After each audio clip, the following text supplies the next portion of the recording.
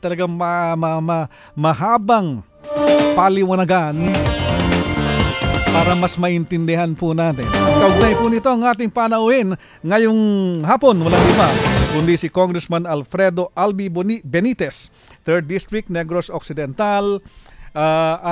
Siya po ang kauna-unang congressman na nag-file, pangalawa, na nag-file ng resolusyon para sakaling talakayin, amyendahan ang saligang batas,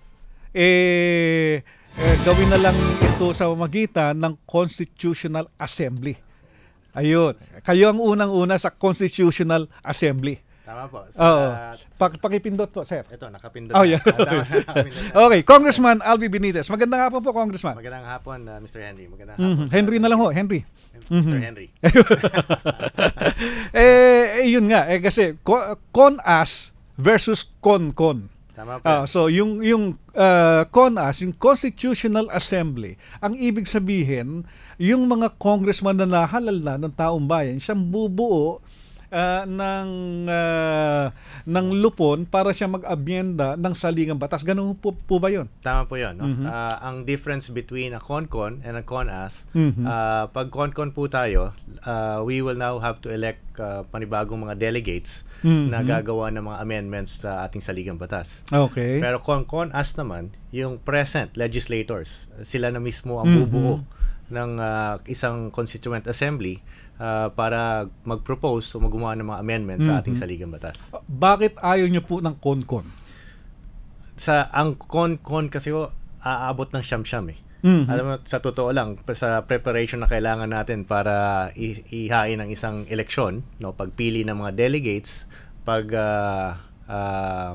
pag-draft ng mga amendments, baka hindi umabot sa oras. No? Mas mabilis talaga ang CONAS. Kasi kailangan, kung halimbawa CONCON, kailangan ihalal ng taong bayan yung mga bubuo nitong papalit ng saligang batas. Magpapalit yung mga delegates sa convention. Delegates sa Constitutional Convention. So gagawa pa tayo ng preparasyon para sa isang eleksyon. Okay. So, hahanapan pa natin ng pondo yan dahil napakamahal ng isang ganyang proseso. Kaya hindi daw kukulang ang pagkaalam ko ng 5 billion. Naririnig ko nga maabot ng 6 or 7 billion para sa isang eleksyon election just for the delegates. Diba? At bukod pa rito, halimbawa, mabuo man yung pag-amyenda ng saligang batas, kinakailangan pa ng plebisito. Siyempre, tama yun. Para plebisito yun. So, yun ang nagiging problema sa time frame. Magkakaroon tayo ng eleksyon, pag-uusapan natin kung anong amendahan, ipa-plebiscite pa. So, parang dalawang round yan, di ba? So, yun ang mga nagiging dilema sa CONCON, baka hindi tayo umabot. Okay. Kung Constitutional Assembly, CONAS, so yung mga congressman na na-elect natin, silang bubuo nito. No?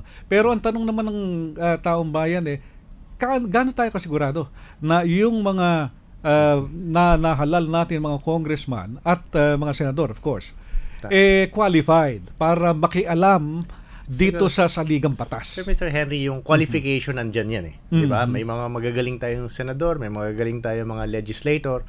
Siguro ang tanong ng mga taong bayan, pwede ba natin pagkatiwalaan sila? Yun. Considering na alam mo natin yung mga past history na experience natin sa mga legislators, lalo yung mga politiko. Yes, no? Kasi nandiyan na yung PDAP, nandiyan na yung dynasty. Medyo nitong lalo na nitong nakarang taon, medyo nagkaroon ng batik yung issue sa mga miyembro ng Kongreso. So yun nga sinasabi Tama ko. Po yun, so medyo naintindihan natin yon that medyo yung trust rating ng Congress, especially yung mga legislator, hindi masyado maganda.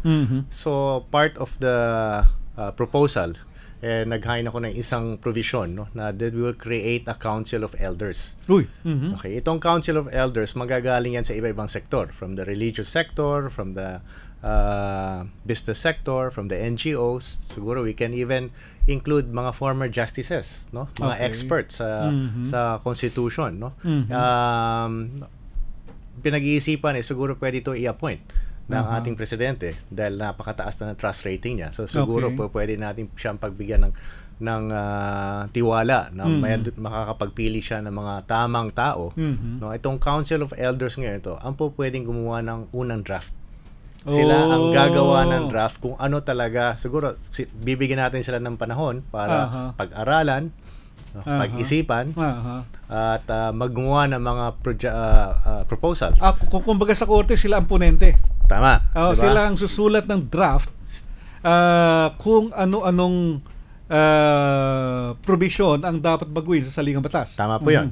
Diba? So sila ngayon ang magiging parang mag-ahain ng proposals para sa mga amendment ng ating constitution.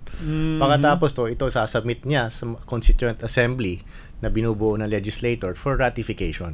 Okay. Pero pwede rin makialam yung mga congressman, halimbawa, ayoko ng ganitong provision, pag-usapan natin ito, palitan natin ito. Pwede natin gawin yon. Now, para maging transparent ito, no? Kasi kailangan itong proseso na ito from day one to hanggang kung saan matapos, gawin natin very transparent. Pakita natin sa taong bayan na wala tayong tinatago. In fact, isang proposal nga, pwede natin gawin live coverage ng lahat ng proseso at deliberation nito. Para lahat ng galaw nakikita talaga ng taong bayan. Hindi lang at webcast siguro. Kahit sa social media, sa lahat, pwede natin isama yon. No? Diba? Especially ngayon, ang teknolohiya, napakagaling na no? So, para makita ng taong bayan kung saan tayo papunta. Okay.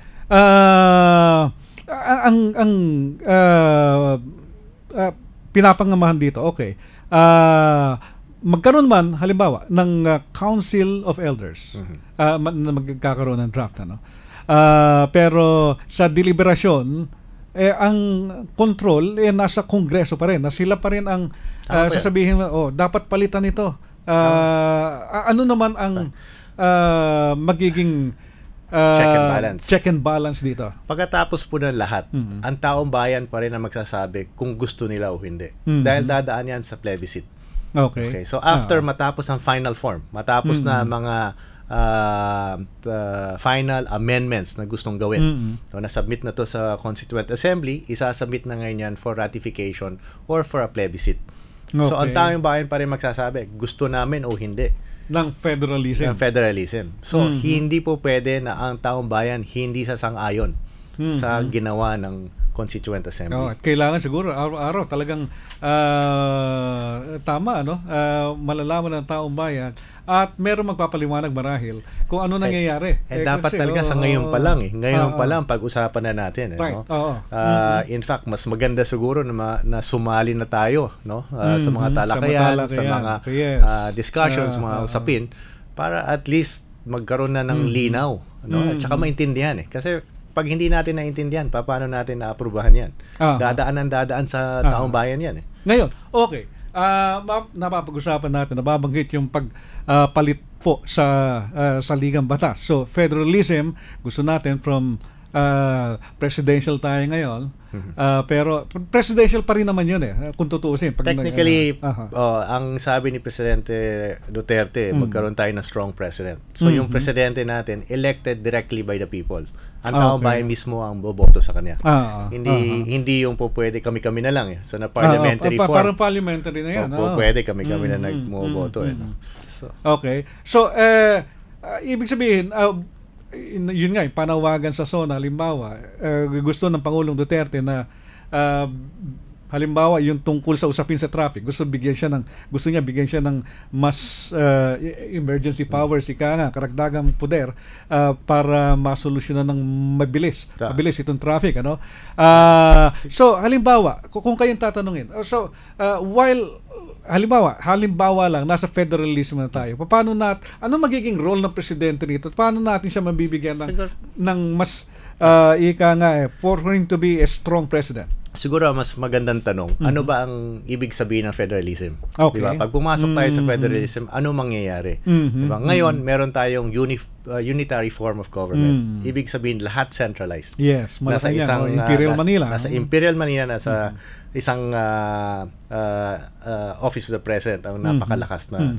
So, pag pumunta tayo sa federal form of government, i-decentralize natin yan. May devolution of resources at saka kapangyarihan. Ay, hindi ba decentralized na tayo? Yung local government bill ni Senador Pimentel, yung ama. Tama yon. Yun ang first step papunta talaga sa concept of federalism. Pero ang sinasabi natin, kulang pa. Okay. Dapat palakasin pa natin ang mga local government units.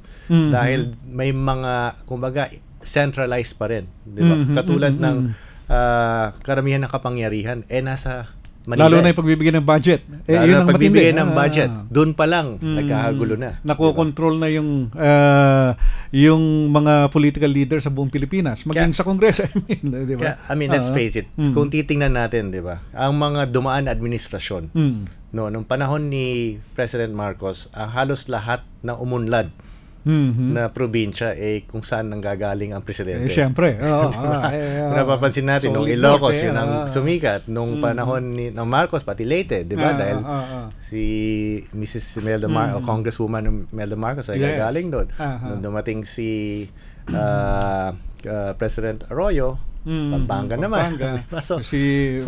Presidente Ramos, Pangasinan, yung mga ganon. Dahil nagkakaroon ng central yung funds o yung resources nagagaling sa isang ahensya lang, sa isang entity lang, parang napapaboran yung mga malapit sa administrasyon.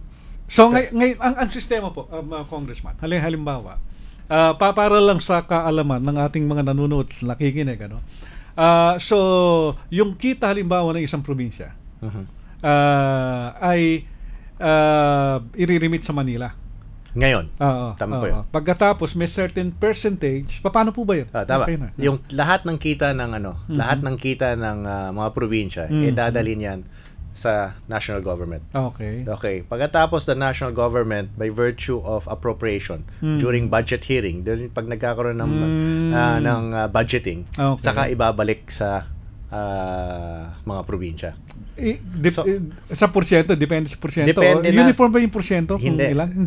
So, depende na kung anong gusto ng administrasyon. Kung ano magiging priority programs, yun ang mauuna. Yun ang magkakaroon ngayon ng pondo. Okay. Halimbawa, kung, bayan to ng kalaban ko.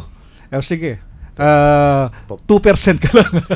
Pwede ba yun? Pwede ngayon yun. Ganon yun. So, depending ngayon sa kung ano ang gagawing budget na national government, yun ang usually ang nasusunod. Ano yun? So, depending ngayon sa kung ano ang gagawing budget na national government, yun ang usually ang nasusunod. Talo ko rito sa probinsyang ito. Dusa kayo ngayon. Ganun po ang nangyayari sa atin ngayon. Pero kung magkakaroon tayo ng decentralization, ang tinatawag natin, bigyan natin sila ng kapangyarihan, bigyan din natin sila nakatumbas na resources para mapondohan nila ang kapangyarihan yan. For instance, sabihin natin, yung mga kailangan na social services pagdating sa health, diba? Hindi na tayo kailangan kumatok sa national office. Hindi na tayo kailangan pumunta, 'di ba? Pumipila pa tayo minsan sa PCSO para kumuha tayo ng mga additional health services, 'di ba? Kung ito ba ay mapapadala na natin o madadala na natin sa mga probinsya, mas mabilis na. At saka simple lang siguro if you look at it, yung approval process, kung kailangan umabot sa national office mula sa bayan hanggang probinsya, sa region, tapos national office, ilang proseso, ilang steps ang dadaanan mo bago mo makuha yung hinahanap mong basic services. Pero kung hindi na natin i-aakyat yan sa national level, sa local level pa lang, nakakaroon na tayo ng desisyon, nabibigyan na ng pansin, naaayos na. Hindi ko ba nangyayari ngayon yan? Kasi with the devolution, si Senator Pimentel noon. Well, technically ganun dapat, di ba? Pero ang sinasabi ngayon, medyo kulang pa yun. Okay. Kailangan natin gaano kulang ang kulang? Well, lahat ngayon ng policy for let's say a DSWD department, still centralized sa secretary. Nasa national level pa rin, di ba? Okay. So, kailangan approval ng Secretary of Health, o Secretary of Local Government. So, bago nila ma-release, although may mga regional office na tayo, no, but still the control is still with the national office. Imperial Manila pa rin. Ganun pa rin ang nangyayari. Nako. Hindi kasi ito pangamba ng ilang congressman. dahil bibigyan ng karagdagang kapangyarihan, actually substantial na poder, yung mga local government leaders. Baka maka-develop, as it is, may problema na tayo sa mga tinatawag na mga warlords. Dynasty. Mga dynasty. Ayan kung bibigyan ba ng karagdagang kapangyarihan sila sa local level na dominated na yung kapangyarihan dun sa lugar na yon, baka lalong humaba yung kanilang paghawak sa poder at may tendency na umabuso. Siguro dapat isipin natin na ano ba ang mali sa Constitution natin. Okay. At kung ano yung tama ngayon sa Constitution natin, wag nating galawin. Di ba? Isa-isahin natin yon. Titingnan natin. Kung may mga mali at nakikita natin na hindi nakadagdag sa ating kabutihan na ating kababayan, yun ang palitan natin. Okay. Yung mga mali, yung mga tama, pabayaan natin. Ituloy natin yun. Okay. Di ba? Hindi naman ibig sabihin na palitan natin lahat yan dahil gusto natin baguhin yung buong sistema. Ito po ay kasi parang yun ang pangamba ng iba. Baka mamaya magalaw itong provision ito sa Ligang Batas, magalaw ito, hindi kami pabor dito pabor kami. Nagkaroon na tayo ng president, ang SK Reform Law. Okay, nagkaroon na ng provision doon ng anti-dynasty. So ito po ay siguro po pwede na natin sundan, no? At kung even yung term limits, diba? Mukhang wala naman ako narinig sa amin na kailangan palitan ng term limits. Pwede natin ituloy ang term limits under a federal form. Oo nga. So, hindi naman ibig sabihin na pag federal form, baguhin natin lahat yan, di ba? Pero pwede rin po na halimbawa, federal form, pero dalawang term lang ang isang mayor o isang governor. Kung gusto natin bawasan, gusto natin dagdagan po pwede. Pero sa tingin ko, hindi na kailangan ulitin uli, di ba? Dahil una-una wala naman mali. Okay. Di ba? At saka siguro sa nakasanayan na rin natin, di ba? Na alam na natin kung paano yung sistema. Para baguhin natin lahat-lahat yan, siguro medyo mas komplikado yun. Oo nga. Di ba? Okay, pero sa bandang huli, Congressman, itong tanong para sa akin na si ordinaryong Juan de la Cruz, nagtatrabaho 8 oras, pag hindi nagtrabaho isang araw, mamumblema ako kung ano magiging pagkain ng mga anak ko kinabukasan, na araw-araw ng problema sa nakukuha ng pang tuition fee ng mga anak ko, pangbili ng ihahapag sa hapagkainan sa araw-araw. Ano naman ang ibig sabihin sa akin ng federalism na yan? Anong pakinabang ko naman dyan para sa akin si ordinaryong Juan de la Cruz? Pero Congressman, talakay po natin yan. Sasagutin ni Congressman Alfredo Alvi Benitez matapos po ang ilang paalala. Araw-araw na problema sa kanyang kabuhayan, mababago pa ditong federalism yung aking buhay. Uunlad ba ako rito? Magkakaroon ba akong pagkain sa pang-araw-araw na hindi na ako na problema? Halimbawa, magkasakit ako. So, yun po, Congressman Alvi Benitez. Siguro ang tanongin din natin, di ba? Meron ng siguro mga 30 years o 29 to 30 years na tayo dito sa present form of government natin. So, ang tanong natin, mas maganda ba buhay natin ngayon compared to 30 years ago o pareho lang? So, kung ang sagot natin pareho lang, so siguro naghahanap tayo ng isang pagbabago, no? Na po pwede natin subukan at tingnan natin kung tayo uunlad. Now, kay Juan de la Cruz, let's face it also, pag may kailangan sila, ang una nilang pupuntahan yung local government. Doon sila unang kukuha ng saklolo. Doon sila kukuha ng tulong sa local government. And ang karamihan ng sagot ng local government, hanggang dito lang kami. Wala kaming pondo. Hindi natin kaya yan. Kailangan natin pumunta sa lalo national pa ngayon, office. wala ng pork barrel. Wala na ngayon, di ba? So, parang hindi sila nakakapagbigay ng tulong sa mga constituents nila dahil medyo hindi sila nabibigyan ng katumbas na resources.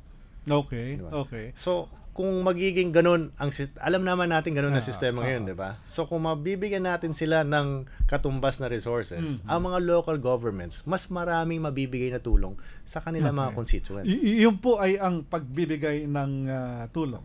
Paano naman yung pagpapaunlad mismo ng kanilang buhay? Would this mean na more job opportunities para sa mga lalong-lalo na sa mga nangangailangan? Well, ang concept ngayon, kung nabibigyan na sila ng mas maraming resources, in this case, they can work for their own territory. They can work for their own area. Diba? Mas magiging independent sila. They can now deal with mga investors. Mas madali sila pero magiging pagalingan sila pagdating sa mga ganun, di ba? So hindi sila kailangan maghintay ng mga approval system even in mga economic investments.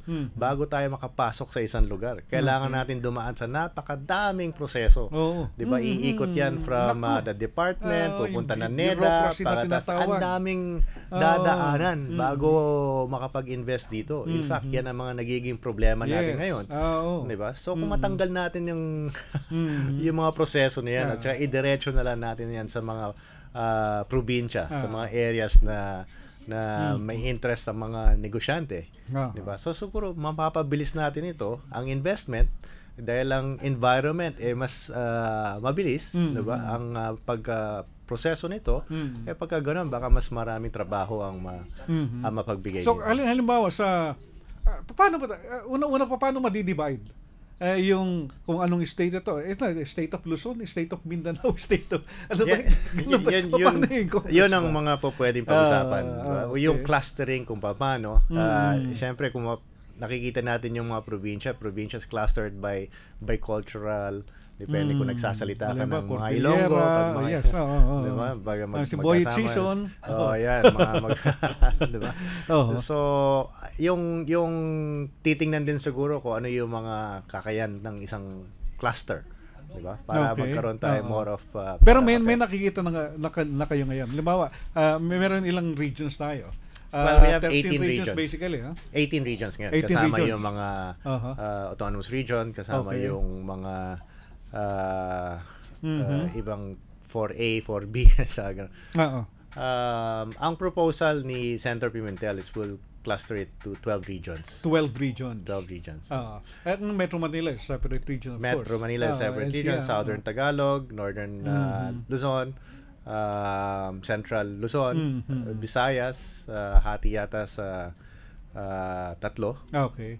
Tapos Mindanao hati sa dalawa. Pero doon sa regions na yon, hindi na ang halimbawa ang governor kanya-kanyang probinsya.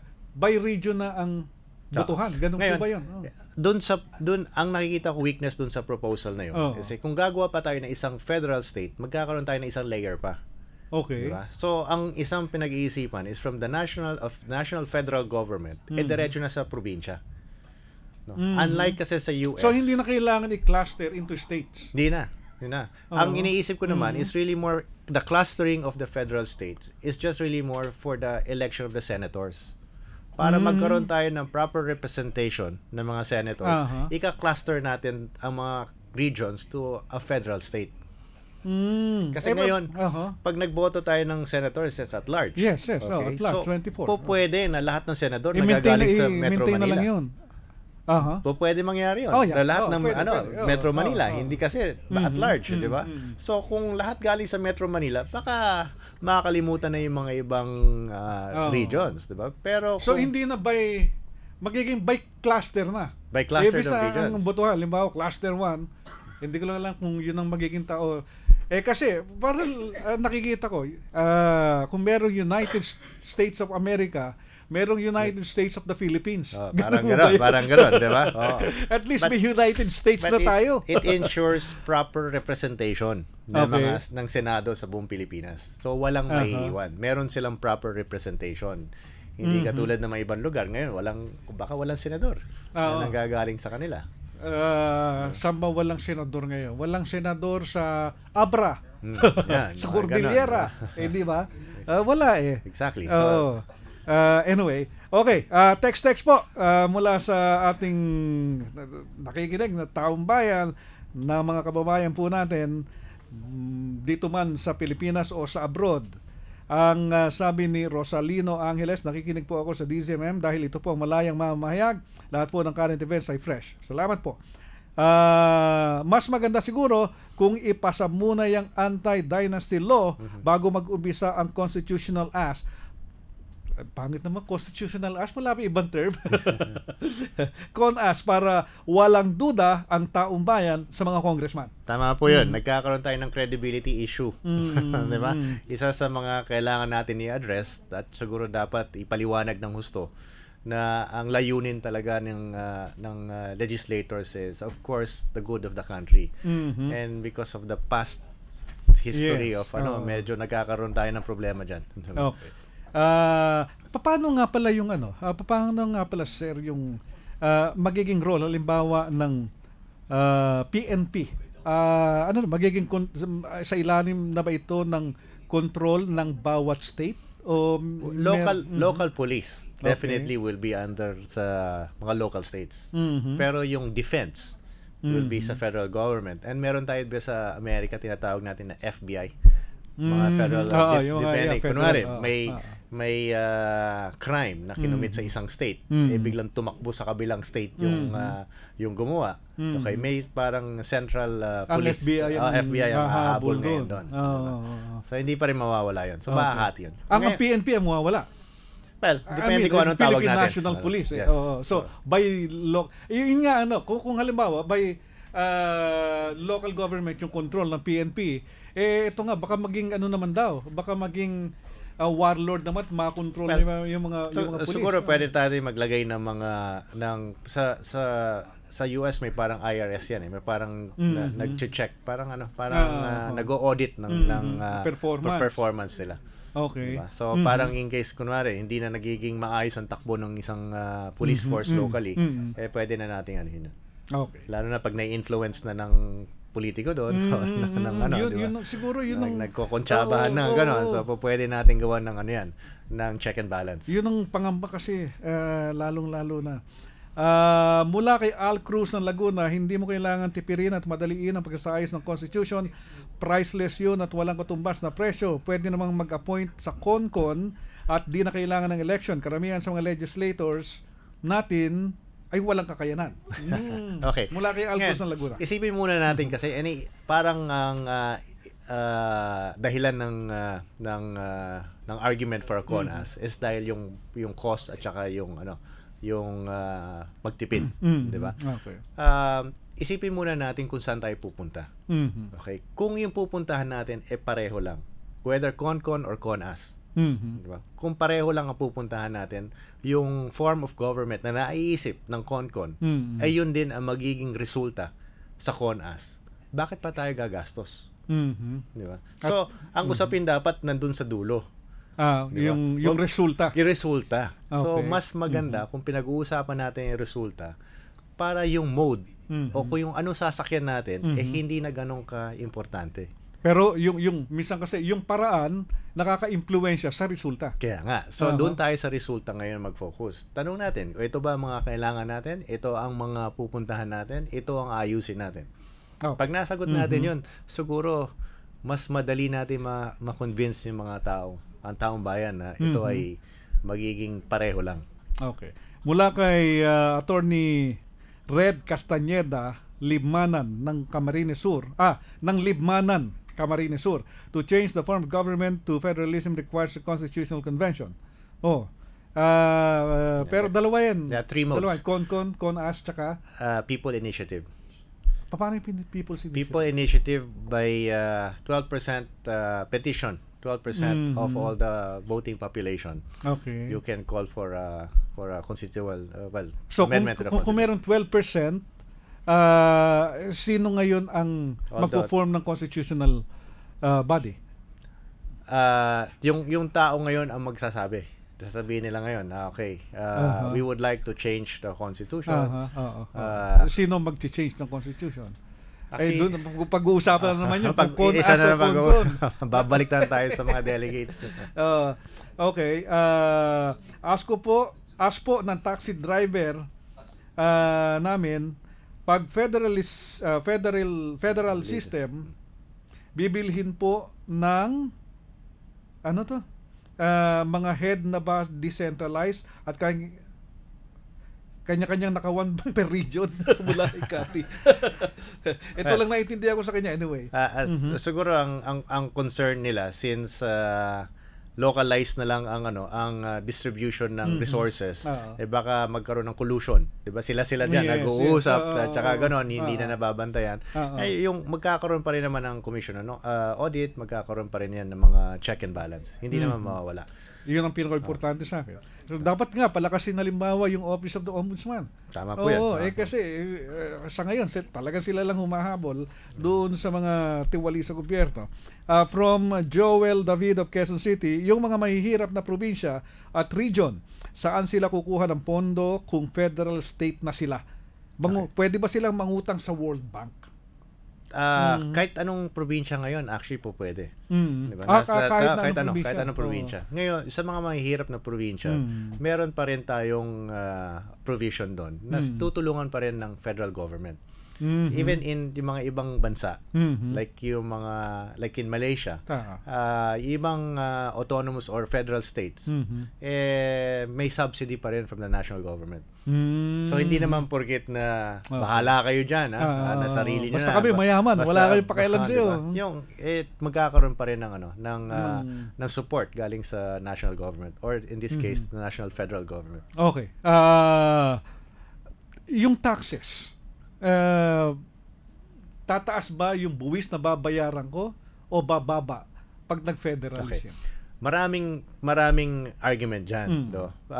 Ang sabi nila, since gagawa na tayo ng federal state, may tax sa local, may tax sa national. Oo nga. Pero hindi naman dapat. Di ba? Yan ang kumbaga sa mga ibang bansa, naging ganun na sila eh. Di ba? Pero dito sa atin, baliktad eh. From a unitary form, gagawa tayo ng federal. Okay. Dati sila, from a strong sovereign country, gumawa sila ng federal, nag-federate sila. So sa atin baliktad. So hindi naman kailangan sabihin na kung mag-federalism tayo, dagdagan natin ng mga buwis at taxes. In fact, dapat nga pinag-iisipan bawasan eh. Oo nga. Diba? Si President Duterte was talking about reduction of corporate and income tax. Okay. Ito hindi sa pinag-usapan natin, pero sabi ni Orlando Egwak ng Bagong Silang, Caloocan, kalampag naman po yung mga traffic enforcers ng Quezon City. Grabe traffic mula Regalado. Kahapon pa yata. Hindi na kahapon. Matagal na yata. Actually, matagal. Ilang dekada na po yan. Kinakalampag po natin. Talagang, ewan ko, makakapal. Ipaliwanag na rin dapat mula kay Miguel Abohamame. Ipaliwanag na rin dapat sa school sa buong Pilipinas ang subject na yan, kasabay ng social studies, para lahat ng family members ay makialam. Siguro hindi lang paliwanag, makilahok din. Diba? Sumama na sila sa mga usapin. No? In fact, sa aking distrito, nagkakaroon na kami ng pulong-pulong regarding federalism para mapag-usapan. Okay. Diba? Una-una dapat maintindihan eh. Kasi kung hindi maintindihan ng taong bayan, hindi sila papayag.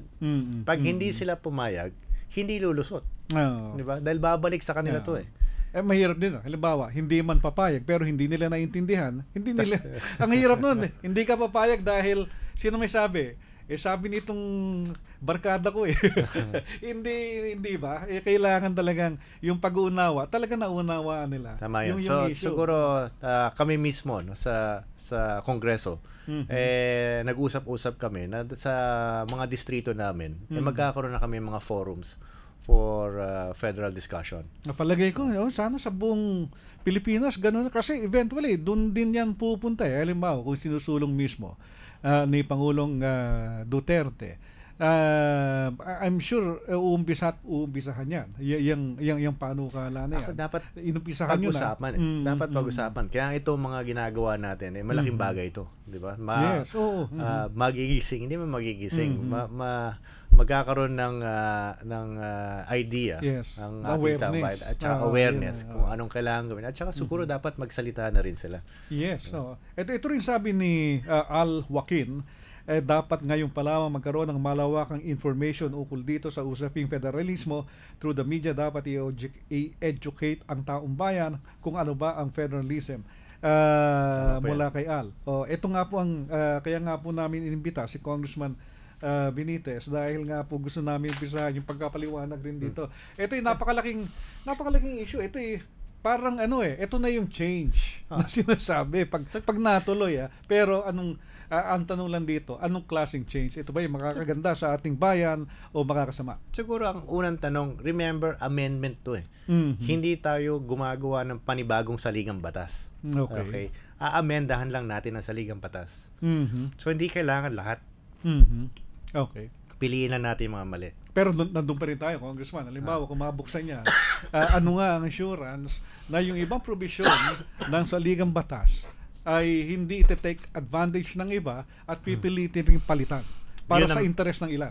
Yun ang siguro kailangan bantayan natin. In fact, sinabi ni President Duterte na siya mismo magbabantay na. So, siguro naman kailangan natin at one point magkaroon talaga ng tiwala. Okay. Total, lahat naman kami elected. Diba? Siguro kahit papaano, may konting tiwala ang tao sa amin pagdating sa otherwise, wala kayo dyan. Or siguro, hindi na kami nanalo dito, di ba? Okay, yung tanong kanina nung nagbukas po tayo ng ating programa, ng ating talakayan, yun nga po, yung problema ng kuryente, dahil manipis na sa 7 planta ang sabay-sabay na nagsara. Hindi natin alam kung strategy yan o kaya talagang nagkataon lamang. Ngayon nagkakaroon ng brownout, hindi lamang dito sa Metro Manila kundi sa maraming bahagi ng Luzon, at in fact hanggang mamayang araw gabi may series of brownout sa iba-ibang lugar. Sana hanggang mamayang gabi lang. Pero yung tanong ko nga kanina, halimbawa itong federalismo mabibigyan ba solusyon yung ganitong klaseng mga problema, halimbawa kanipisan ng kuryente? Okay. Ang problema ng kuryente is supply. Okay. Kukulang ang supply sa atin ngayon. Ano ang dahilan bakit kukulang ng supply? Dahil bago ka magtayo ng isang power plant, kailangan mo magkaroon ngayon ng agreement sa isang distribution. Yes. Okay. So, sa mga probinsya, mayroong mga electric cooperative, di ba? Or sa electric cooperative. Pero kailangan meron ka muna bago ka magtayo ng ganun. Okay. Diba? So, ang nangyayari ngayon, yung mga distributors, for instance, Meralco, at saka yung mga iba, bago nila ibigay yan kahit kanino, ang tendency, uunahin nila yon sa mga friendly nilang power plants. Okay. Diba? So, makikita nyo, may mga ibang kumpanya, halos pareho ang pag-aari. Okay. Diba? So, pagka ganon, nasa interest ba nila na dumami ang supply? O hindi? Palagay ko, nasa interest ng taong bayan na marami ang supply. Depende lamang kung anong klaseng kasunduan ang papasukin ng gobyerno para lang sa supply na yon. Pero sa mga distribution out companies, nasa interest ba nila? Remember, controlled ang price ng electricity. Yes. So sa kanila, hindi sila pwede pumatong na napakataas. Pero kung kanila ang power generation, pwede nilang sabihin na ito yung presyo. Tapos ipapasa lang nila. Okay. So nandito nagiging problema sa supply side. Pero yung pa rin ang tanong, makikinabang ba ang mga regions sa federalism in terms of supply ng kuryente? Kasi may authority na sila magbigay ng mga o magbigay ng approval or permits sa mga local government sa mga power plants. Okay. So at least hindi na sila masyado regulated nitong sistema natin ginagawa ngayon. Okay. Sa mga investors, ano ang advantage halimbawa sa mga gustong mag-invest dito sa Pilipinas? Sa halimbawa sa isang region, sa Mindanao. Malapit na tayo. Sa tanong na lang, Congressman.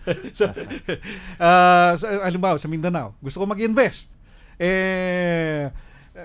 May nakausap ako mga negosyante. Di ba? Ang sabi nga nila, mas gusto nila ang federalism. Bakit?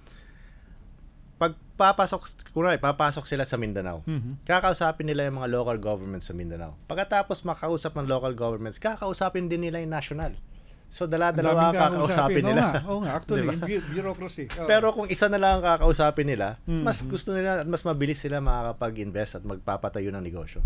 At pag nandun yung negosyo, yung opportunity sa trabaho. Diba? Okay. Pero palagay ko, Part 2 tayo, Congressman. Kasi ang dami pang tanong actually, sa mga kababayan natin, ang dami pang tanong tungkol sa federalism. Gustong-gusto, maganda rito, gustong-gusto na malaman ng ating mga kababayan yung detalye tungkol dito sa federalism. At least, yung awareness nag-uumpisa na. Magandang ano ho yun, magandang hakbang yun. At talaga dapat natin ipaliwanag sa taong bayan to. Maraming salamat po si Congressman Alfredo Albi Benitez ng Negros Occidental. Sir, sa susunod, maraming salamat po. Maraming salamat din, Mr. Henry.